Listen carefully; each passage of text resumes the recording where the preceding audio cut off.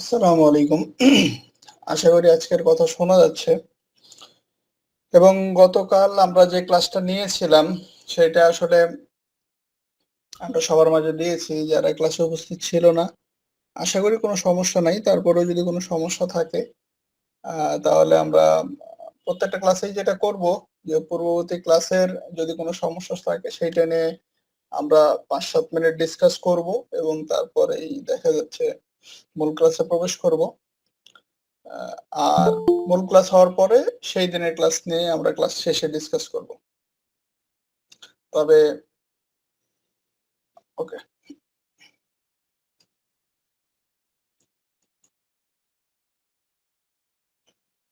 তো আমরা গত দিনের মতো একটা ফাইলকে নিউ হিসেবেই নিই। আমরা ১ম অবস্থায় যতদিন আমরা টেমপ্লেট একটা তৈরি করব না,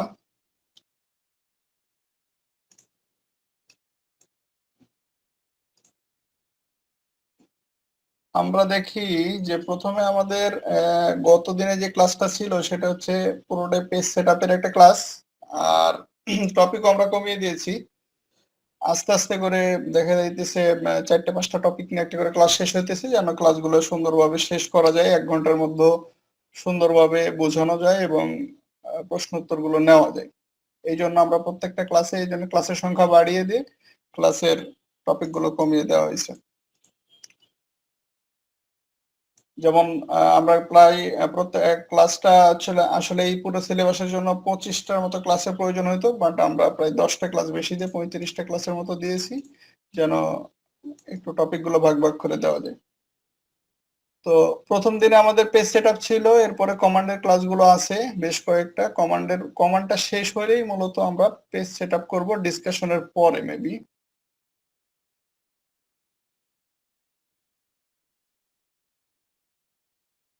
এই যে মেক এ টেমপ্লেট আপনারা ১২ নম্বর ক্লাসে পাবেন।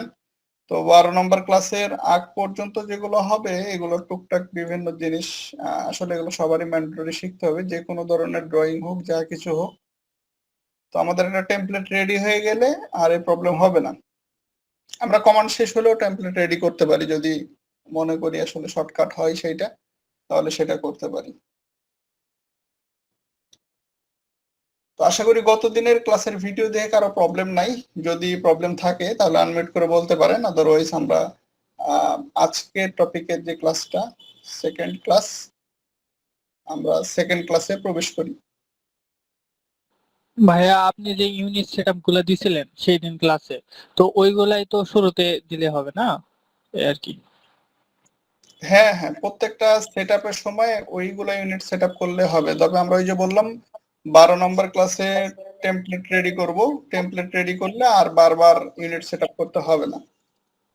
জি ভাইয়া, বুঝতে পারছি। ওকে,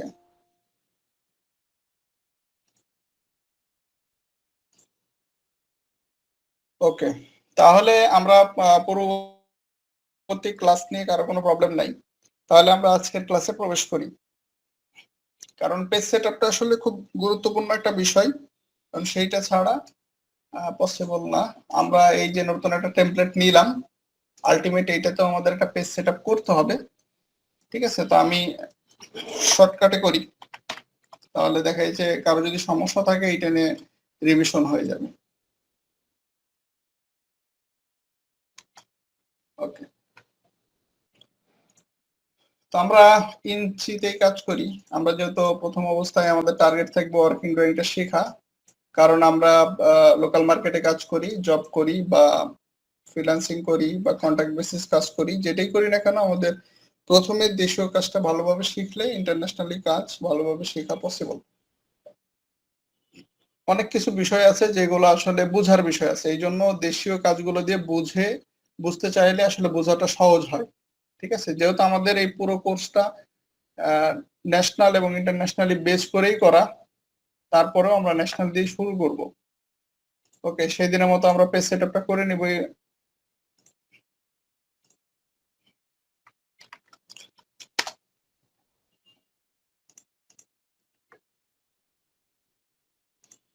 প্রাইমারি ইউনিট থেকে আমরা আর্কিটেকচারাল দিয়ে নিলাম। টেক্সট এগুলো থাক। যেরকম আছে এরকম থাকুক। তারপর সেট কারেন্ট দিয়ে দেব। ওকে?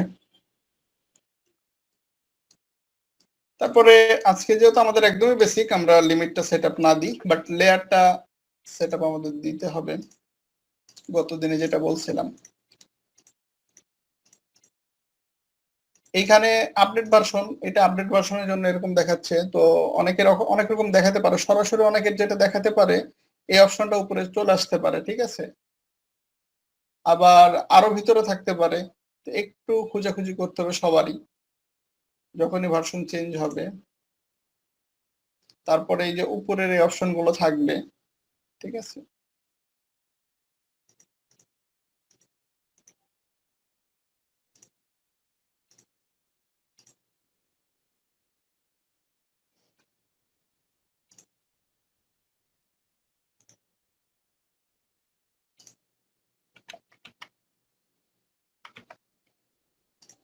আমাদের তাহলে আমরা শুরু করি লেয়ার দিয়ে। লেয়ারে আমাদের এখানে কিছু, এটা প্রথমে বললাম আপডেট ভার্সনের জন্য কিছু লেয়ার নেওয়া আছে, বাট আপনার কাছে আপনি যে ভার্সনটা ইউজ করতেছেন এখানে লেয়ার নাও থাকতে পারে, তো সমস্যা নেই। আমরা প্রত্যেকটা যেহেতু শর্টকাট কমান্ড দিয়ে কাজ করে লেয়ার থেকে শুরু করে সবকিছুই নিব, সেদিন আমরা নিয়েছিলাম।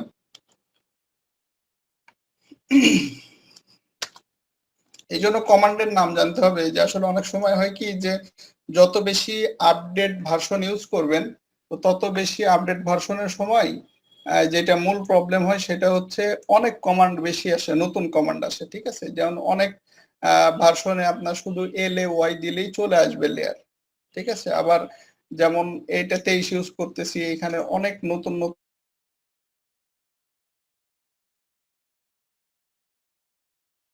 সরি,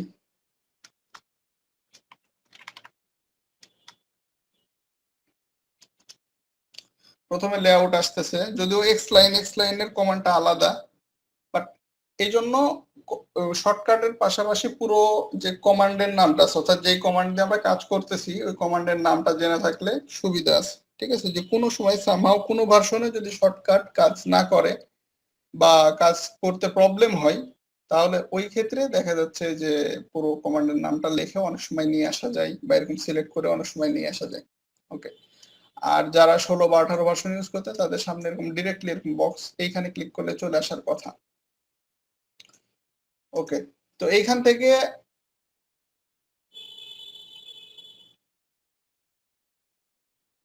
ওকে, তো এখান থেকে দেখেন এই যে নিউ লেয়ার একটা অপশন আছে, নিউ লেয়ার, হ্যাঁ, এই অপশনে ক্লিক করলে আপনি লেয়ার ক্রিয়েট করতে পারবেন। এটা update version, new layer, standard, new layer, দুটো অপশন আছে। যদি একটা অপশনও থাকে কোনো প্রবলেম নাই, ওই একটা অপশন দিয়েই নেবেন, ঠিক আছে। মূলত আমার একটা লেয়ার ক্রিয়েট হলেই হলো। তো আমরা একটা লেয়ার, এখানে অলরেডি ওয়াল নিয়ে একটা লেয়ার আছে, তারপরেও আমরা কিছু কি কি লেয়ার প্রাথমিকভাবে লাগে, যেমন একটা ওয়ালের লেয়ার লাগে, যদিও এটা আছে, আমরা সরি, যদিও এটা আছে, এটাতে আমাদের ওরকম প্রয়োজন নেই।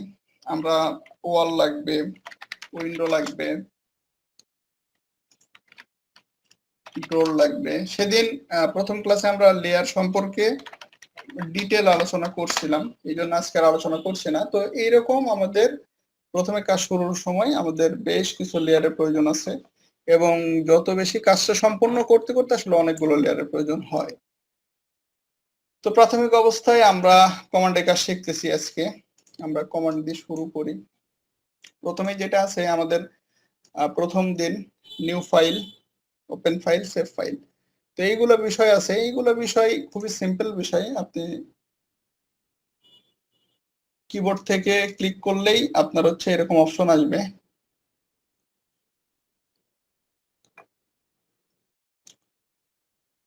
যেটা হচ্ছে লেফট উপরে, লেফট আপার কর্নারে ক্লিক করলে, লোগোর উপর ক্লিক করলে এই ধরনের অপশন গুলো চলে আসবে। এছাড়াও কন্ট্রোল পি, কন্ট্রোল এন, ঠিক আছে, এ ধরনের শর্টকাট ইউজ করা যাবে।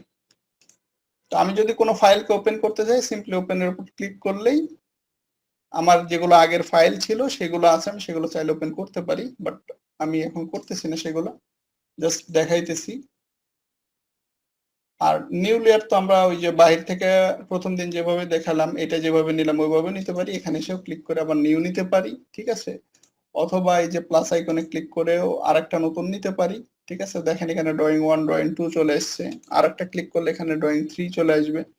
এরকম ভাবে এগুলোকে বিভিন্ন শীটকে নিয়ে আসতে পারি। ওকে,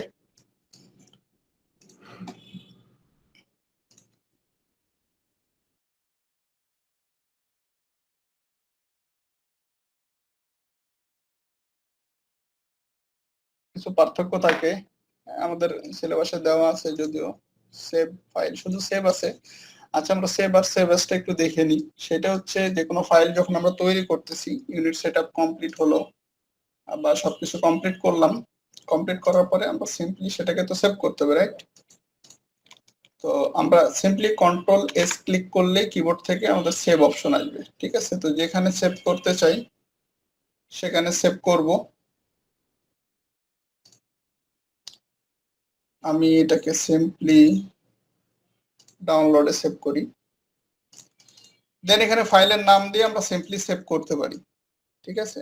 ফাইলের নাম একটা দিলাম যে টেস্ট ফাইল। ওকে, টেস্ট ফাইল দিলে এখানে এই যে দেখেন নামটা চেঞ্জ হয়ে গেছে, টেস্ট ফাইল নামে সেভ হয়ে গেছে। এখন আসলে সেভ আর সেভ এস এর মতো পার্থক্য, এই ফাইলটা যখন সেভ হয়ে গেছে তখন আমি যদি সেভ এস মানে কন্ট্রোল এস চাপ দিই তাহলে অটো সেখানে সেভ হতে থাকবে, ঠিক আছে? বাট সামহাও আমার যদি প্রয়োজন হয় সেভ এজ এর, তখন আমরা এখান থেকে ক্লিক করে সেভ এজ আসতে পারি। সেভ এজ এর কাজ হচ্ছে একই ফাইল একাধিক জায়গায় এক এক ধরনের এক্সটেনশনে সেভ করা, ঠিক আছে? যে সাপোজ দেখা যাচ্ছে এখানে আমার টেস্ট ফাইল নামে একটা সেভ করা হয়েছে, আমি এই ফাইলটাকে ভিন্ন নামে সেভ করতে চাই, এইখানেই চাইলে এখানে রিনেম করে আবার সেভ করলে এখানে এই ফাইলটাই দুইবার সেভ হবে।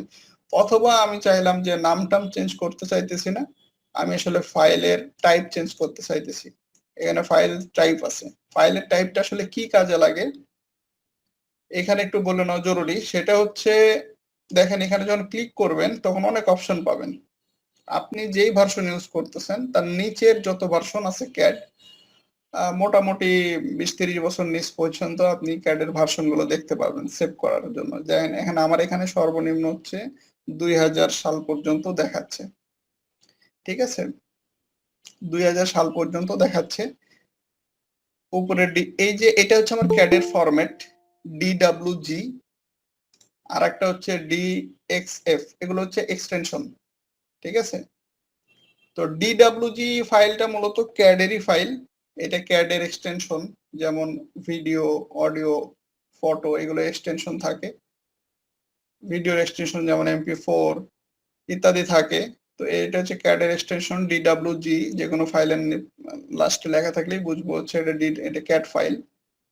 আর ডিএক্সএফ ফাইলটা কি? ডিএক্সএফ ফাইলটা হচ্ছে শর্টকাটে যদি বলি সেটা হচ্ছে ক্যাডেরই একটা ভার্সন বা ক্যাডে সাপোর্ট করবে এরকম একটা ভার্সন। ডিএক্সএফ ফাইল শুধু ক্যাডে সাপোর্ট করে বিষয়টা এমন না। যদি আপনার এমন মনে হয় যে এই ফাইলটাকে আমার ম্যাক্সে নেওয়া প্রয়োজন, ওপেন করতে হবে সরাসরি ড্রয়িং সহ, স্কেচআপে নেওয়ার দরকার, তখন অনেক সময় অনেক ভার্সনে ডিডব্লিউজি অনেক ম্যাক্সের ভার্সন বা স্কেচআপের ভার্সনে সেভ নাও হতে পারে। তো ওই ক্ষেত্রে আমাদের ডিএক্সএফ ফাইলটাকে নিয়ে আসতে হয়। ডিএক্সএফ ফাইল একটা ভিন্ন রকম এক্সটেনশন যেটা মোটামুটি অনেক ধরনের সফটওয়্যারে ইম্পোর্ট দেওয়া যায়, ঠিক আছে? তো এটা নিয়ে আমরা আরো ডিসকাস করবো এক সময়। তো এখন আমরা এই সেভ এজ এর মাধ্যমে বিভিন্ন ভার্সনে সেভ করতে পারি। সাপোজ আমি ডিডব্লিউজি তে সেভ করব, বাট 2010-এ বা 2007-এ বা 2004-এ সেভ করব। এটা কেন করি? এটার কারণ হচ্ছে যে যত ভার্সনে আমি সেভ করব অত থেকে তার উপর পর্যন্ত, অর্থাৎ এটা তো 2023 তাই না, আমি যেটা অন করলাম 2023 ভার্সনের ক্যাড। তো 23 ভার্সনে যদি আমি সেভ করি তাহলে এটা 23 বা তার পরের ভার্সন গুলো তো অন হবে, মানে আপনি অন করতে পারবেন। সাপোজ এরকম হতে পারে যে আপনি বাসায় কাজ করলেন, এটা অফিসে অন করার দরকার হয়। তো ওই ক্ষেত্রে আসলে বাসায় আপনি ইউজ করতেছেন খুব আপডেট ভার্সন একটা ক্যাড, অফিসে হয়তো 2007 ইউজ করতেছেন। তো ওই ক্ষেত্রে যেটা হয় যে আমি বাসায় যেমন ইউজ করলাম 2023-এ সেভ করে আমি অফিসে যখন নিয়ে যাব তখন কিন্তু 23 ওইখানে যে 7 আর আসলে ওপেন হবে না, 7-এর যে ক্যাড ওইখানে এই ফাইলটা ওপেন হবে না। এর জন্য যেটা আমরা করতে পারি 2007, 4, 2000 এগুলো ভার্সনে সেভ করতে পারি। এগুলো ভার্সনে সেভ করলে এগুলোর উপরে যে কোনো ভার্সনে আপনি সেগুলোকে ওপেন করতে পারবেন, ঠিক আছে? এই হইতেছে মূলত ডিডব্লিউজি ডিএক্সএফ সেভ অ্যাজ বিস্তারিত বিষয় নিয়ে সংক্ষিপ্ত আলোচনা। ঠিক আছে, আমরা এই বিষয়গুলো নিয়ে আরো ডিসকাস করব। তো এখানে সাপোজ আমি 2004 এর ভার্সনে একটা সেভ করে দিলাম। ঠিক আছে, 2004 দেখেন এখানে লেখা আসছে। তো এখন যদি আমি এটাকে সেভ করি টেক্সট ফাইল নামে, ওইটার সাথে তো রিপ্লেস হইতেছে, রাইট? আমি চাইলে একটু রিনেমটা চেঞ্জ করে দিই, 0 দিয়ে দিলাম লাস্টে। তো এইখানে আসলাম, ওকে, সমস্যা নেই। তো ফাইলটা আমার এই যে দেখেন এখন টেক্সট ফাইল 0, আমার আগের ফাইল কিন্তু কেটে গেছে। ঠিক আছে, অটো এখান থেকে কেটে পরের ফাইলটা ওপেন হয়েছে। এইটা আমি দেখার জন্য সিম্পলি আমরা যেতে পারি আমার যে লোকেশন ডাউনলোড আপনাদের দেখানোর জন্য নিয়ে আসলাম, সেটা হচ্ছে দেখেন আমার এখানে দুটো ফাইলই ওপেন হয়েছে, ঠিক, সরি সেভ হয়েছে। একটা হচ্ছে টেক্সট ফাইল যেটা ক্যাডের ভার্সন লাগে, আর একটা আসলে বুঝতেছি না, ক্যাডের মতো লাগে আবার দেখা যাইতেছে একটু সাদা আছে কালো আছে। ঠিক আছে, এটা হচ্ছে 2007-এ আমি সেভ করছি, এই জন্য এরকম। ঠিক আছে, তবে এইটা 7 থেকে 7-এর পরে যে কোনো ভার্সনে সেভ হবে। আশা করি সেভ এস এর গুরুত্বটাও বুঝছেন এবং দেখা যাচ্ছে বিভিন্ন ভার্সনে সেভ করার আসলে কার্যকারিতা আসলে বুঝতে পারছেন। ওকে, তো আমাদের সিলেবাসে এরপরে যেটা ছিল সেটা হচ্ছে, এটা তো গেল 1 নম্বর টপিক। তো লাইন, পলিলাইন আর 3টা টপিকের কথা বলা আছে। আসলে দেখেন কমান্ড প্রথম অবস্থায় একটু দেখে যেতে হবে, এখানে ওইরকম শেখার কিছু নাই, তবে একটু শর্টকাট গুলো জানতে হবে, বুঝতে হবে। তারপরে আস্তে আস্তে যখন আমরা মূল কাজগুলো করব, তখন মূল কাজগুলো করতে গেলে কমান্ডের আসলে এক্সপেরিমেন্ট দেখতে পাবো। ঠিক আছে, তো লাইনের মধ্যে আমার অনেকগুলো লাইন আছে, তো আমরা মূলত দুটো লাইন দিয়ে সাধারণত আমাদের বেশি প্রয়োজন হবে লাইন এবং পলি লাইনের ক্ষেত্রে। তো এই দুটো আমরা দেখি। সিম্পলি লাইনের জন্য তো আমরা সিম্পলি এল চেপে ইন্টারপ্রেস করলে লাইন আসতেছে, তাই না? তো যে লেয়ার সিলেক্ট করা আছে সেই লেয়ারে কিন্তু আমার ড্র হইতেছে। ঠিক একইভাবে পলিলাইনের জন্য পিএল লিখে যদি ইন্টারপ্রেস করি তাহলে আমাদের পলিলাইনটা আসতেছে। তো বিষয়টা হচ্ছে দুটো একই বিষয়, দুটাতে কোনো পরিবর্তন দেখতে পাচ্ছি না স্বাভাবিকভাবে, কিন্তু আসলে এখানে পরিবর্তন যেটা সেটা হচ্ছে যে পলিলাইনে দেখেন আমি যত বড় স্ট্রাকচার ড্র করি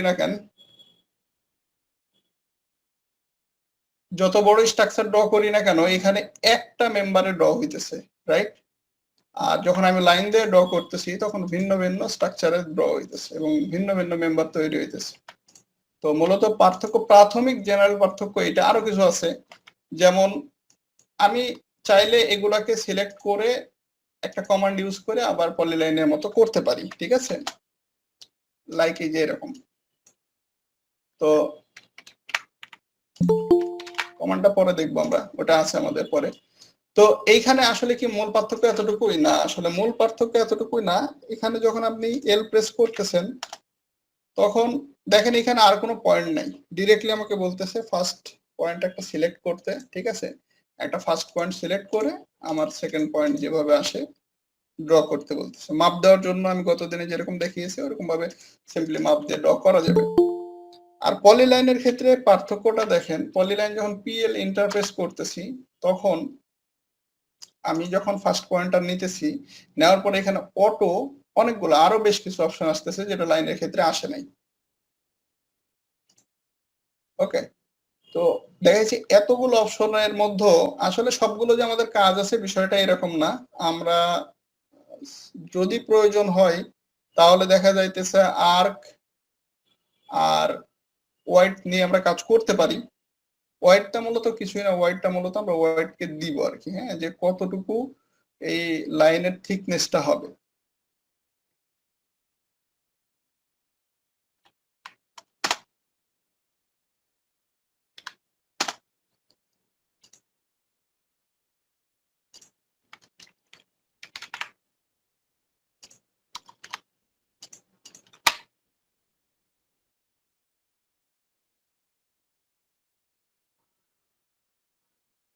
ওকে,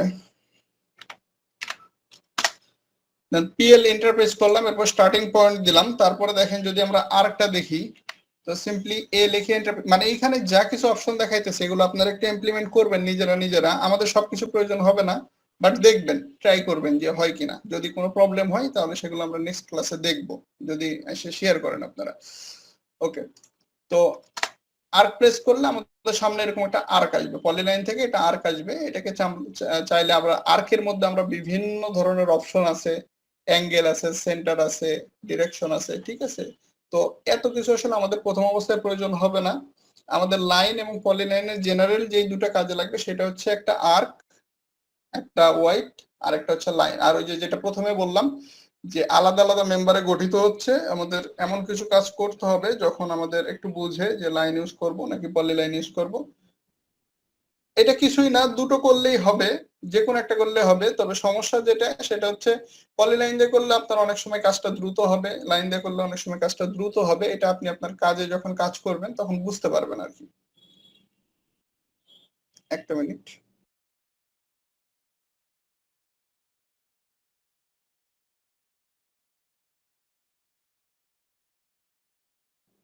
ওকে,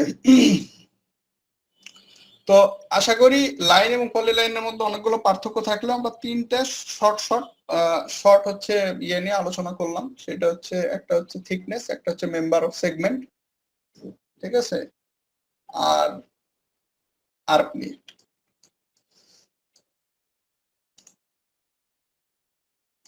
আর এই যে একটা আর্ক নিয়ে ড্র করলাম, ঠিক একইভাবে আরেকটা আছে আর্ক, এখানেও আছে, এই যে কিবোর্ডের এখানে আছে। আর এছাড়া আপনি চাইলে শর্টকাট ইউজ করতে পারেন, এআরসি, ঠিক আছে, এআরসি তে আর্ক দিতে পারেন। তো আর্কটা হচ্ছে সেন্টার থেকে হবে,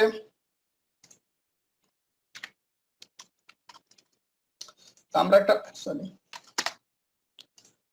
একটা সেন্টার নিলাম, স্পেসিফাই একটা আর্ক সেন্টার নিলাম। দেন এখান থেকে কতটুকু আর্ক নিব, যেমন আমরা সেন্টার থেকে নিছি, এখানে আসলে আর্কের ভেরিফিকেশন পাবেন। আপনাদেরকে বলতে ভুলে গেছি, সেটা হচ্ছে আর্ক কয়টা পয়েন্টে নেওয়া যাবে মোটামুটি অপশন পাবেন, ঠিক আছে। তো আমরা প্রথম অবস্থায় যেটা ইউজ করব সেটা হচ্ছে 3 পয়েন্টে ইউজ করার চেষ্টা করব বেশি। সিম্পলি কিছুই না, এটা জাস্ট এআরসি লিখে ইন্টারফেস করে 3টা পয়েন্ট দিয়ে আর্ক বানাবো আর কি। এটা আমাদের অনেক সময় কাজে লাগবে। আর খুব বেশি প্রয়োজন হলে সেটা হচ্ছে সেন্টারে আমাদের প্রয়োজন হতে পারে অনেক সময়। সেটা হচ্ছে আর্ক লেখার পরে সে এন্টার প্রেস করলে তারপরে সেন্টারটা অ্যাক্টিভ হবে, তখন আপনি একটা পয়েন্টার নিলেন, এরপরে সেকেন্ড পয়েন্টার অর্থাৎ যেটা সার্কমফারেন্সের মাপ অর্থাৎ পরিধির মাপটা দেওয়ার পরে বা সিলেক্ট করলে আপনি তারপরে ফুল আর্ক নিতে পারেন, কোয়ার্টার আর্ক নিতে পারেন। সার্কেলের যদি কোনো একটা ভগ্নাংশ মান প্রয়োজন হয় সেক্ষেত্রে আমরা অনেক সময় সেন্টার নিই। আবার সার্কেলকে কেটেও এরকম ভাবে তৈরি করা যায়। আপনি যেভাবে তৈরি করতে পারেন, কমান্ডের বিষয়গুলো আসলে এরকম, একটু মনে রাখবেন যে শর্টকাট গুলো আর আসলে কোনটার ইউজটা কিভাবে হইতেছে। আমরা যখন ফাইনালি ড্র সেকশনে প্রবেশ করব, আর্কিটেকচারাল ড্রয়িং গুলো করব, তখন আসলে অরিজিনালি বুঝতে পারবো যে আসলে এগুলোর কাজটা কেমন। এরপরে আছে সার্কেল, রেক্টেঙ্গুলার এবং পলিগন, তিনটা অপশন আছে। সেটা হচ্ছে সার্কেলের মধ্যে অনেকগুলো অপশন থাকলেও আমরা শিখবো একটাই, সেন্টার দিয়ে প্রাথমিক অবস্থায়। যদি আরো বেশি প্রয়োজন হয় তাহলে সেটা আমরা দেখবো তখন। তো সার্কেলের জন্য সিম্পলি কিবোর্ড থেকে সে লেখা ইন্টারপ্রেস করলেই হবে। তারপরে আমাকে স্পেসিফিক একটা পয়েন্টার সিলেক্ট করতে বলতেছে, তো আমি পয়েন্টার সিলেক্ট করার পরে আমাকে চাইলে এই যে রেডিয়াসের মাপ দিয়েও আমি চাইলে এখানে মাপ টাইপ করতে পারি, ঠিক আছে, যে 5 লিখলাম, অর্থাৎ এটা 5 ইঞ্চি ছিল মনে হয়, নাকি আমাদের আরো ছোট ইয়ে ছিল সম্ভবত। ও আমরা তো কেটে দিয়েছিলাম, আমাদের যেটা ইউনিট সেটআপ করা এটা সম্ভবত মিলিমিটারে চলে এসেছে, অনেক ছোট আসছে। তো সি লেখে এন্টার প্রেস করার পর আমরা একটা আবার এরকম ফ্রি হ্যান্ডে ড্র করা যায়, ঠিক আছে। তো এটা হচ্ছে সার্কেলের বিষয়। আর একটা হচ্ছে রেক্টেঙ্গেলের বিষয়টাও ইজি। কিবোর্ড থেকে আর এ সি লেখে এন্টার প্রেস করলে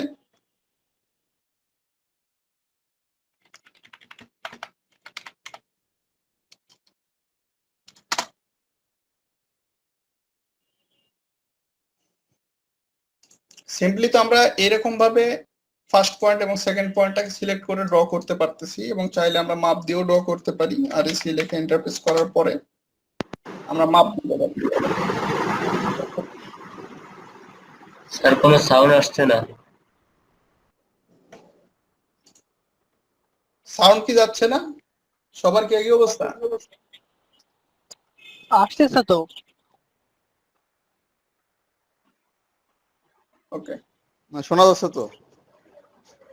ওকে ঠিক আছে।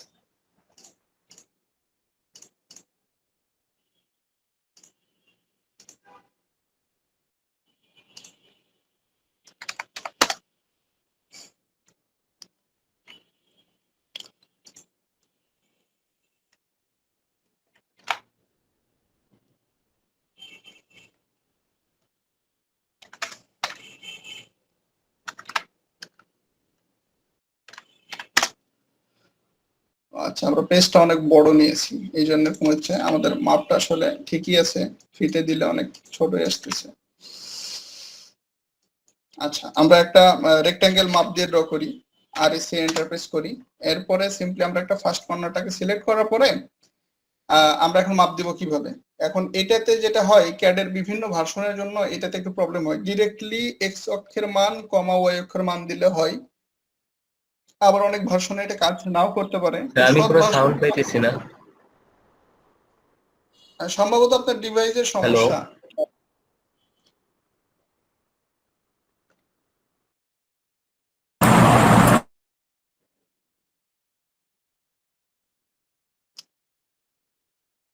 ওকে, তো আমরা মাপ দেওয়ার জন্য যেটা বলতেছিলাম যে কোনো ভার্সনে ডিরেক্টলি ভ্যালু বসালে চলে আসে, আবার কোনো যেমন ওল্ড মডেলের যদি ভার্সন হয় তো অনেক সময় কাজ নাও করতে পারে, আবার নিউ মডেলের অনেক ভার্সনে ওই প্রবলেমটা হয়।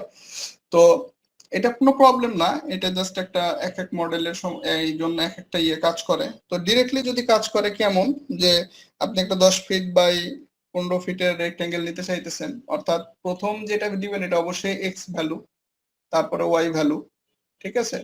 তো এক্স ভ্যালু কোন দিকে যায়, হরিজন্টাল বরাবর, আর একটা হচ্ছে ওয়াই ভ্যালুটা ভার্টিক্যালি বরাবর থাকে। তো এই অবস্থা, প্রথমে আমরা 10 ফিট যদি দেই, তারপরে কমা যদি ইউজ করি, তারপরে যদি 15 ফিট দেই, এন্টার প্রেস করি, তাহলে আসলে অনেক বড় আসছে এবং এটা আসলে কাজ করে নাই আলটিমেটলি। এরকম কখন এটা 10 ফিট হলে এটা 15 ফিট হয় নাই। তো যেমন এই যে আমার ভার্সনে কাজ করে নাই, তো অনেক ভার্সনে কাজ করবে, এভাবে ট্রাই করবেন।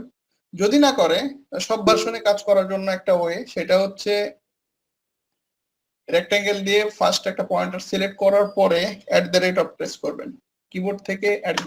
আশা করি দেখতে পাচ্ছেন, কিবোর্ড থেকে শিফট চেপে আর কি, ওই যে উপরে যে দুইটা থাকে ওইটা যেটা আমরা জিমেইলে লিখি, প্রেস করার পরে এখানে শো করবে, তারপর দুটো বক্স চলে আসবে অটো লেখার জন্য, ঠিক আছে।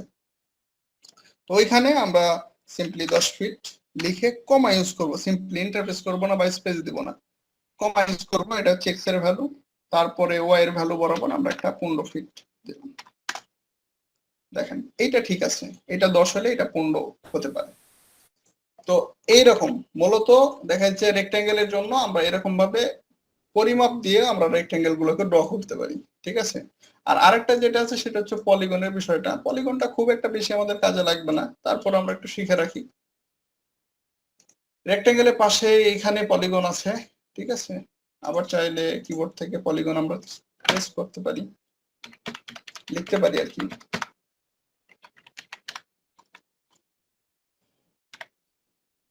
ওকে, পলিগন প্রেস করার পরে আমার এখানে নিচে আসলে যখন কোন একটা কমান্ড দিবেন সবসময় নিচে লক্ষ্য রাখবেন, নিচে অনেক কিছু আপনাদেরকে দেখাবে, শো করবে। তো এইখানে লেখা আছে সাইডস, কয়টা সাইড দিব। পলিগনটা কি বিভিন্ন ধরনের সাইড দিয়ে বা শেপ তৈরি হয়, তাই না। তো 4টা হলে তো রেক্ট্যাঙ্গেল হয়ে গেল, 4টের বেশি যত সাইড আছে সবই কি পলিগন। 5টা হতে পারে, 6টা হতে পারে, 7টা হতে পারে। তো আমরা সিম্পলি এখানে দিলাম A6 লিখে এন্টার প্রেস করলাম, ঠিক আছে। তারপরে আমাদেরকে সেন্টার সিলেক্ট করতে বলছে, যে একটা সেন্টারকে সিলেক্ট করতে। ওকে, আমরা একটা সেন্টার সিলেক্ট করলাম কিবোর্ড এখানে আর কি, এখনো শো করে নাই, করবে আর কি। এখানে আই অর সি স্পেস ইয়ে করতে হবে আর কি, প্রেস করতে হবে, অর্থাৎ প্রথমে একটা আই দিতে হবে অথবা সি দিতে হবে। কেন আই দিতে হবে আর কেন সি দিতে হবে আমি একটু পরে এটা দেখাইতেছি। এটা করি আগে, একটা সি দিয়ে করি একটা আই দিয়ে করি, আশা করি বুঝতে পারবেন।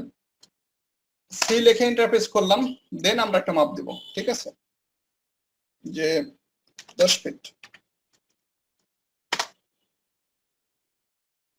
তো 10 ফিট সেন্টার থেকে 10 ফিট বরাবর একটা তৈরি হয়ে গেছে। এখন যেটা করব আমরা সেটা হচ্ছে আবার একটা পলিগন ড্র করব, POLY, ইন্টারফেস করলাম, তারপর সাইড আমরা 6টাই রাখলাম, তারপরে সেন্টার প্রেস করলাম, তারপরে এবার আই দিব আমরা, ঠিক আছে, ওটা সি দিয়েছি, এটা আই দিব, দেন আমরা এখানেও 10 ফিট দিব, এখানেও আমরা 10 ফিট দিছি, ওইখানেও 10 ফিট দিছি। বাট আপনি যদি খেয়াল করেন ভালোভাবে, সেটা হচ্ছে এইটাকে যদি আমরা মুভ করি মুভ কমান্ডের সাহায্যে, তো ওইটার চাইতে অনেক ছোট। এইটা যেটা হয়েছিল সেটার চাইতে আসলে এটা ছোট হয়েছে। এখন আই আর সি এর জন্য এটা মূলত হয়েছে, একটা আমরা সার্কেল ড্র করি তাহলে বুঝতে পারবেন। সি ইন্টারফেস করলাম, একটা সেন্টার নিব, এটারই সেন্টারকে সেন্টার হিসেবে নিই, আর এখানে আমরা দেব 10। তো দেখেন যখন আমরা সার্কেল নিলাম, সার্কেলটা এটার যেগুলো এজ আছে, বাহু আছে, মূলত সি প্রেস করে যখন নিবেন তখন এই বাহুগুলোকে টাচ করবে, ঠিক আছে। অর্থাৎ সি মানে হচ্ছে যে এর যে এই সার্কেলের যে সার্কমফারেন্স অর্থাৎ পরিধি বরাবর পলিগনের এজ গুলোকে টাচ করবে, ঠিক আছে, এজ অর্থাৎ বাহুগুলোকে টাচ করবে। আবার একইভাবে আমি এখানেও যদি একটা রেক্টেঙ্গেল নিই, সরি সার্কেল নিই, দেন সেন্টার আমি এখানেই নিলাম, দেন এখানে আমি 10 ফিট দিলাম। দেখেন যখন আমি আই দিয়ে নিতেছি তখন এই পলিগনের কর্নার গুলোকে টাচ করতেছে, ঠিক আছে, পার্থক্য এইটাই, এটা মনে রাখলেই হবে। আশা করি বেশি জটিল করা কিছু নাই, খুবই সহজ। যে সি দিয়ে নিলে আমার সেন্টার এজ গুলোকে টাচ করতেছে, আই গুলো দিয়ে নিলে আমার কর্নার গুলোকে টাচ করতেছে। এখানে বুঝতে কি কারো অসুবিধা হয়েছে? ভাইয়া সি বা আই এটা কমান্ড কোথায় দিচ্ছেন? এই যে যেমন হচ্ছে আমি প্রথমে নিলাম PLY, ঠিক আছে, আমি কমান্ড দিলাম পলিগনের, তারপরে এই যে এখানে এজ চাচ্ছে, ঠিক আছে, যে কয়টা বাহু হবে, আমি দিলাম সাপোজ 6টা বা 7টা, যাই হোক দিলাম। দেওয়ার পরে আমাকে একটা সেন্টার স্পেসিফিক করতে বলছে, যে একটা সেন্টার স্পেসিফাই করতে। তো আমি যে কোনো জায়গায় একটা ক্লিক করলাম, ক্লিক করলে তো সেন্টার হয়েছে, তাই না, দেখাইতেছে না বাট সিলেক্ট হয়েছে। তো এইখানে দুটো অপশন আসছে, এই যে এটা হচ্ছে প্রথমটা হচ্ছে আই, পরেরটা হচ্ছে সি, এটা পড়লেই বুঝতে পারবো, ঠিক আছে। এখানে এখন আমি সি বা আই লিখলেই হবে, লেখে ইন্টারফেস করে তারপরে দিলেই চলে আসবে, ঠিক আছে। যেমন আমি এখানে যদি এখন সি প্রেস করি, সি প্রেস করার পরে তারপর আমার থেকে ভ্যালু চাইবে, ঠিক আছে, রেডিয়াসের ভ্যালু চাইবে আর কি। জি ভাইয়া বুঝতে পারছি। ওকে,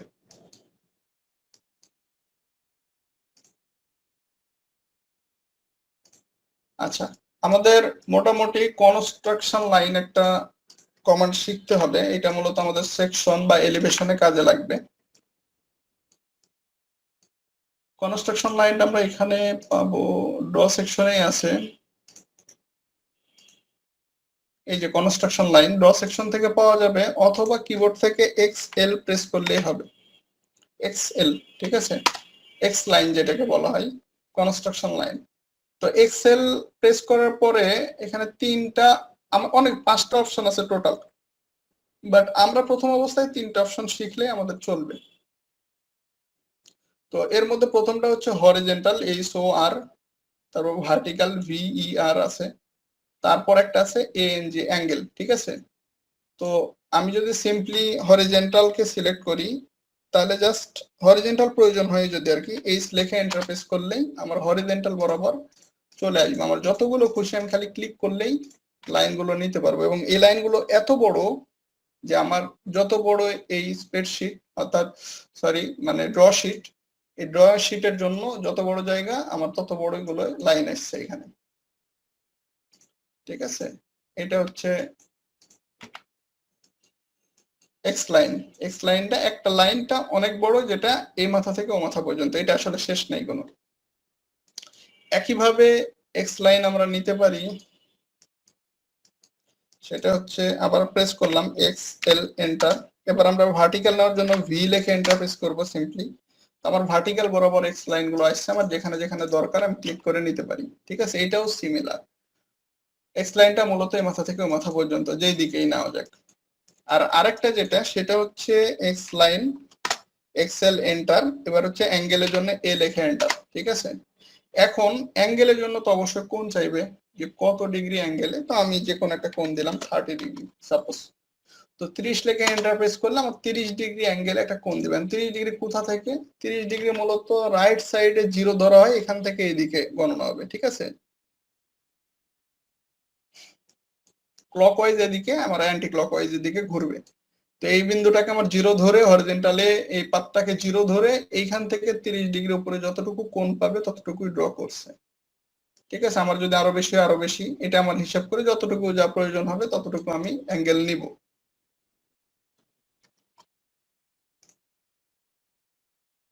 আবার চাইলে আমি এরকম ভাবে ক্লিক করে নিতে পারি, যদি অ্যাঙ্গেল না দিই আর কি। হ্যাঁ, অ্যাঙ্গেলের ভ্যালুটা না দিয়ে যে কোনো একটা সেন্টার পয়েন্টে ক্লিক করে আমার ইচ্ছা মতো আমি ড্র করতে পারি। ঠিক আছে, এটা হচ্ছে এক্স লাইনের বিষয়টা। এক্স লাইনটা মূলত যদিও একটু দেরি হবে এক্স লাইনের কাজ আসতে, সেটা হচ্ছে আর্কিটেকচারালের শেষের দিকে, প্রায় 20 নম্বর ক্লাসের দিকে এটা আসবে কাজ। তো একটু দেখিয়ে রাখলাম যেন মনে থাকে, তখন আবার দেখাবো বা তখন আবার সামনে আসবে এসব। আচ্ছা, এক্স লাইনের পরে যেটা আছে সেটা হচ্ছে do not command. Do not কমান্ডটা খুব একটা বেশি প্রয়োজন হবে না, তবে যখন আমরা একদম শেষের দিকে স্ট্রাকচারালের শিডিউল বানাবো, ঠিক আছে, তো রডের ডায়া থেকে শুরু করে বেশ কিছু জায়গায় আমাদের ডো নট কমান্ড লাগতে পারে। আবার ওইটা ছাড়া যে হবে না তা না। দেখেন, ক্যাডে এরকম একটা সফটওয়্যার যে আসলে একই কাজ প্রায় 10টা 20টা বা বিভিন্ন ধরনের কমান্ড দিয়ে কাজ করা যায়। ঠিক আছে, অনেকগুলো কমান্ড দিয়ে একই কাজ করা যায় চাইলে। এখন অনেকগুলো কমান্ড শেখার উপকারিতা কি? অনেকগুলো কমান্ড শিখলে জাস্ট আমার যেই কাজের জন্য যেটা প্রেফার হবে, দ্রুত হবে, সেইটা আমি তখন ইউজ করব। জাস্ট এই জন্য আমার হয়তো 40টা বা 50টা কমান্ড শিখতে হবে, তবে কাজ করার জন্য 5টা 10টা 15টা কমান্ড জানলেই কিন্তু হয়। ঠিক আছে, তো ডো নট কমান্ড ইউজ করার জন্য কিবোর্ড থেকে সিম্পলি ডিও লিখে ইন্টারপ্রেস করলে হবে। তারপরে আমাকে বলছে ইনসাইড ডায়ামিটারটা কত হবে। এখানে দুটো ডায়ামিটার আমাকে দিতে হবে যখন আমি ডো নট কমান্ড ড্র করব, সেটা হচ্ছে দুটো কমান্ডের কাজ হবে। তো প্রথমটা আমি দিলাম সাপোজ 5 ফিট, দেন ইন্টারপ্রেস করলাম, দেন আমাকে আবার চাইছে স্পেসিফাই আউটসাইড ডায়ামিটার। তো আউটসাইড ডায়ামিটার দিলাম 8 ফিট, দেন ইন্টারপ্রেস করলে আমার কিবোর্ডের সাথে একটা চাকা চলে এসেছে। জুম করলে আসলে দেখা যাচ্ছে। আমি যেখানে যেখানে প্রয়োজন হবে সেখানে সেখানে ক্লিক করলে এটা থেকে যাবে। এটা হচ্ছে ডো নট কমান্ড। ঠিক আছে, মূলত একটা চাকা তৈরি হবে যেটার ইনার সাইডে ফাঁকা থাকবে, আউটার সাইড এবং ইনার সাইডের মাঝখানে একটা থিকনেস তৈরি হবে।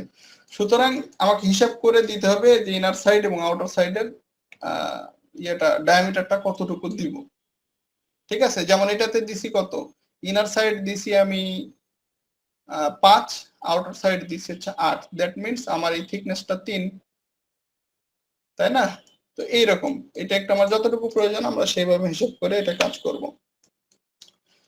এই হচ্ছে ডো নট কমান্ডের কাজ। তো এগুলো লাস্টের দিকের কমান্ড, তারপর আমরা একটু দেখলাম। তো এর মধ্যে থেকে আজকে আমরা 1 2 3 4 6 7 8 9 10 11টার মতো কমান্ড আমরা আজকে শিখলাম, যদিও খুব সহজ সহজ কমান্ড। এই কোডটা জানলে আমরা প্রাথমিক ড্রয়িং এর কাজ শুরু করতে পারি, বা কাজ দেখা যায় যে প্রাথমিক কাজগুলো করতে পারবো। ঠিক আছে, আর এরপরে আমাদের মডিফাই টুলবার থেকে অনেক কমান্ড আছে। দেখেন, আমি চাইলে ডু নট কমান্ড ইউজ নাও করতে পারি। ঠিক আছে, এই যে এখানে যেমন আছে হ্যাচ কমান্ড, হ্যাচ কমান্ডের মাধ্যমে কিন্তু আমি ডু নট তৈরি করতে পারি। একটা আউটার সার্কেল নিলাম, ভিতরে একটা সার্কেল নিলাম, তারপরে সার্কেলটা গ্যাপটা হচ্ছে হ্যাচ করে দিলাম। ওইটা আমরা কালকে শিখবো, তো আগামী ক্লাসে শিখবো আর কি। তো দেখা যাইতেছে এইভাবে করলেও কিন্তু আমরা করতে পারি, বাট আসলে এটা তো ওই যে বললাম তাহলে আমার দুইটা সার্কেল নিতে হচ্ছে, আবার হ্যাশ কমান্ড ইউজ করতে হচ্ছে। দ্যাট মিনস 3টা কমান্ড ইউজ করে আমার ডো নটকে বানাতে হচ্ছে। এটা অনেক সময়ের ব্যাপার।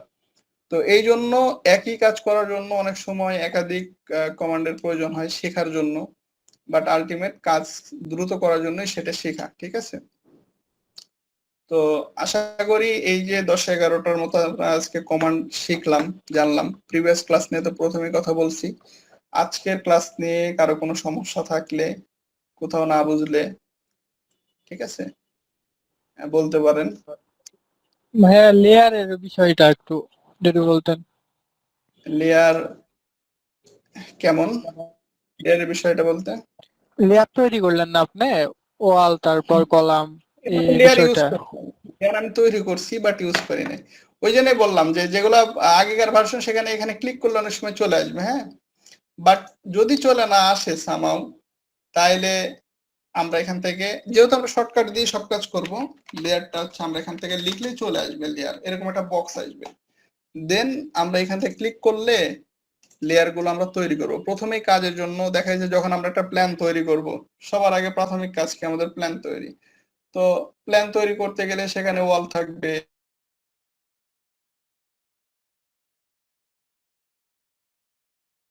এগুলো তো আমার আলাদা আলাদা লেয়ারে ড্র করতে হবে। আর লেয়ারের গুরুত্ব নিয়ে তো আমি ফার্স্ট ক্লাস অনেকগুলো কথা বলছি। তো এই জন্য আমি আজকে মূলত দেখাইলাম আর কি, একবার রিপিট করলাম যে লেয়ারটা তৈরি করতে হয় কিভাবে। কিন্তু লেয়ার কিন্তু আমি খুব একটা ইউজ করি নাই আজকে, ঠিক আছে। বাট আমরা মেন ড্রয়িং এ অবশ্যই লেয়ার ছাড়া কোনো কাজ করব না,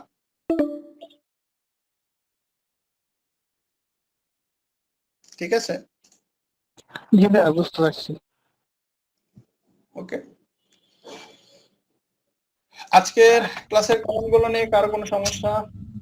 আচ্ছা, আমি চাচ্ছিলাম 8 ফুটের একটা লাইনকে 40 ডিগ্রি অ্যাঙ্গেলে ড্র করব। সেক্ষেত্রে কিভাবে করব? কোনটা? 8 ফুটের একটা লাইনকে 40 ডিগ্রি অ্যাঙ্গেলে ড্র করব, বা পলি পঞ্চাশ লাইন দিয়ে ডিগ্রি আমরা করতে অ্যাঙ্গেল। পারি।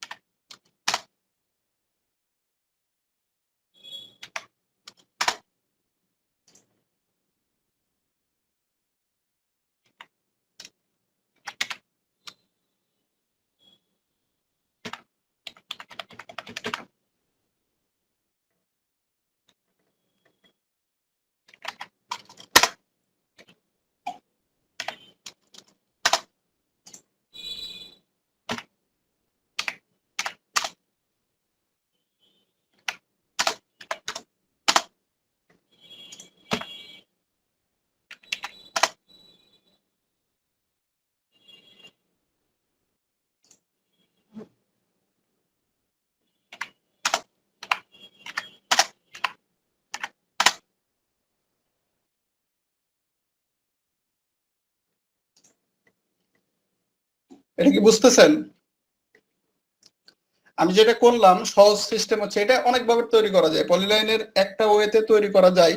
বাট আমি আপনাদেরকে যেহেতু যে কমান্ডগুলো শিখাইলাম ওর ভিতর থেকেই দেখাইতেছিলাম। সেটা হচ্ছে প্রথমত আমরা একটা এক্স লাইনকে নিতে পারি, ঠিক আছে, হরিজেন্টালি। বা আপনি চাইলে হরিজেন্টাল না দরকার নেই, ডিরেক্টলি নিতে পারেন যদি ইয়া হয়ে যায়। তো আমরা এক্স লাইনকে সিম্পলি যদি হরিজেন্টালি নেই, একটা নিলাম হরিজেন্টালি, এরপরে যদি আমরা সিম্পলি এক্স লাইনকে আরেকটা এক্স লাইনকে নেই অ্যাঙ্গেলি, ঠিক আছে। অ্যাঙ্গেল নেওয়ার পরে যদি এটাকে আমরা 40 ডিগ্রিতে দিয়ে দিই, তাহলে আমাদের 40 ডিগ্রি চলে আসে। তো দ্যাট মিনস এই লাইনের উপর দিয়ে আমি যাই ড্র করি না কেন সেটা 40 ডিগ্রি অ্যাঙ্গেলে যাবে। তো আমরা যদি এখন পলিলাইন দিই, সিম্পলি আমরা পলিলাইন দিলাম, দিয়ে এই বিন্দুটাকে আমরা সিলেক্ট করলাম, ঠিক আছে। আমি প্রথমে থিকনেসটা দিয়েছিলাম, তো থিকনেস বরাবর 8 ফিট দিয়েছিলাম। যে থিকনেস কিভাবে দিলাম, যে ডাব্লু চাপলাম, তারপরে 8 ফিট লিখে ইন্টারপ্রেস করলাম, ঠিক আছে। এখন এই লাইন বরাবর যদি আমরা লাইন ড্র করি তাহলে সেটা আপনার হচ্ছে ইয়া অনুযায়ী যাবে, এই 40 ডিগ্রি অনুযায়ী যাবে। এটা হচ্ছে সহজ সিস্টেম, বাট আরো অনেকগুলো সিস্টেম আছে যেটা আমি শুরু থেকেই বলতেছি আর কি, যে অনেকগুলো মেথডে অনেক কিছু ড্র করা যায়। আসলে যার কাছে যেটা শর্টকাট মনে হবে, আপনি এই জন্য আমরা বেশ কিছু মেথড দেখাবো, এরপরে যার কাছে যেটা মনে হবে সে সেই স্টাইলে কাজ করবে।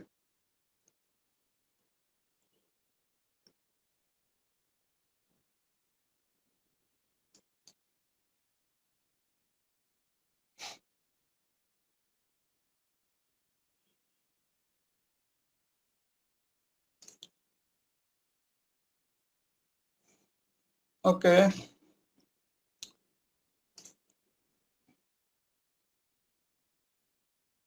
আপনাদেরকে মোটামুটি সামনে 3 বা 4 নাম্বার ক্লাস থেকে আলাদা গ্রুপে একটা ক্লাস নিয়ে চলে যাওয়া হবে। তো ওইখানে গেলে ডেইলি যে হোমওয়ার্ক গুলো থাকবে, হোমওয়ার্ক গুলো সাবমিশনের জন্য একটা নির্দিষ্ট জায়গা থাকবে, সেইটাতে আমরা চেষ্টা করবেন আর কি দেওয়ার। কারণ আমরা যখন ড্রয়িং গুলো কাজ শুরু করব, একদম প্রজেক্ট বেসিস ড্রয়িং গুলো, তো ওইগুলাতে গেলে আমাদের প্রয়োজন হবে বেশ কিছু অ্যাসাইনমেন্টের, বেশ কিছু হোমওয়ার্ক গুলো আগে থেকে করতে থাকলে দেখে সে প্র্যাকটিস হয়ে যাবে। ঠিক আছে, আসলে ক্যাট কোর্সটা এরকম যে একবার ভালোভাবে শিখলে, নয়েজ আসতেছে, 1 মিনিট।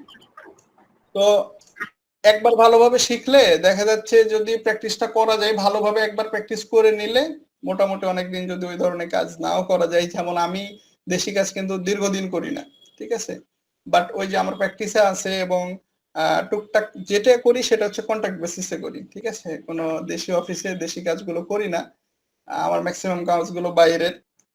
তো তারপরেও কি ওই যে কন্ট্রাক্ট বেসিস করি, ওই জায়গা থেকে প্র্যাকটিস গুলো থাকে। তো এই জন্য বললাম আর কি যে একবার ভালোভাবে শিখলে, ভালোভাবে প্র্যাকটিস গুলো করলে, সবকিছু জানলে আর নিজের কাছে যদি পর্যাপ্ত রিসোর্স থাকে, তাহলে আসলে ক্যাড ড্রয়িং নিয়ে আসলে খুব একটা প্রবলেম ফেস করতে হয় না।